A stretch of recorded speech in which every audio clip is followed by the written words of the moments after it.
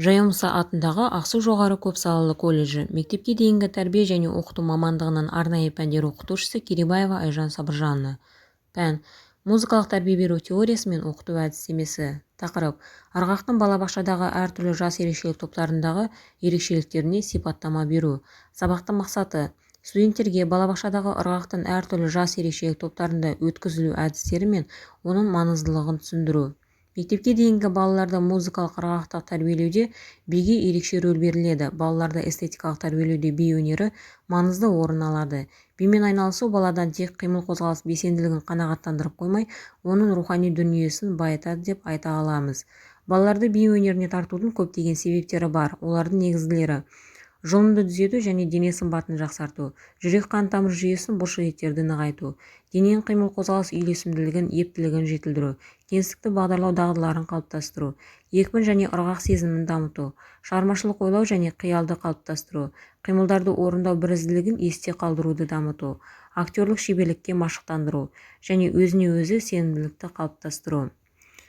Қазіргі заманда мектепке дейінгі бүлдіршіндер арасындағы жалпақ табандылық пен омыртқаның қисаюы сияқты түрлі аурулар кең тараған. Сондықтан да мектепке дейінгі мекемелердің ең басты мақсаты оқу тәрбие беру процесінде балалардың денсаулығын нығайту болып табылады. Балаларды түрлі аурулардың алдын алуда күн бойы әрекетінде денесін шынықтыру және сауықтыру шаралары кіріктіре жүзеге асырылуы қажет. Ал оның ішінде музыкалық ырғақты би сабағы осы өске дейін ағзаның толық дұрыс дамуында көп ықпалын тигізетіні анық. Мектепке дейінгі жас адам өміріндегі өте жауапкершілікті кезеңдердің бірі. Яғни осы жас шамалық кезеңде баланың денсаулығының негізі, ақыл-ойы, психофизикалық дамуы қаланып, оның жеке тұлғасы қалыптасады.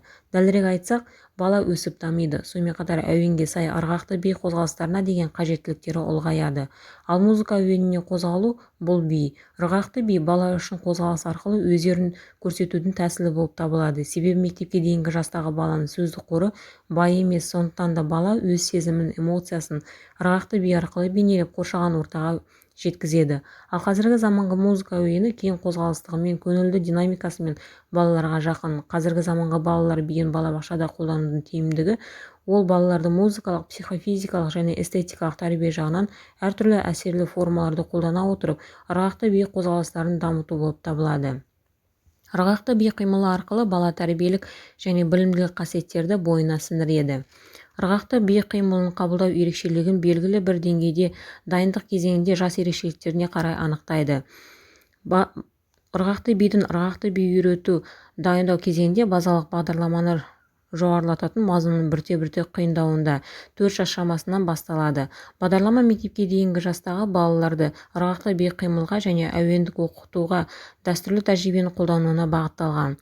Бағдарлама мына принциптерді еске ала отырып өңделген: жүйелілік және психологиялық жайлылық, жас ерекшеліктері бойынша балалардың дамуына ғылыми әдістеменің есепке алуы, жеке тұлға ретінде дамуына негізделуінде.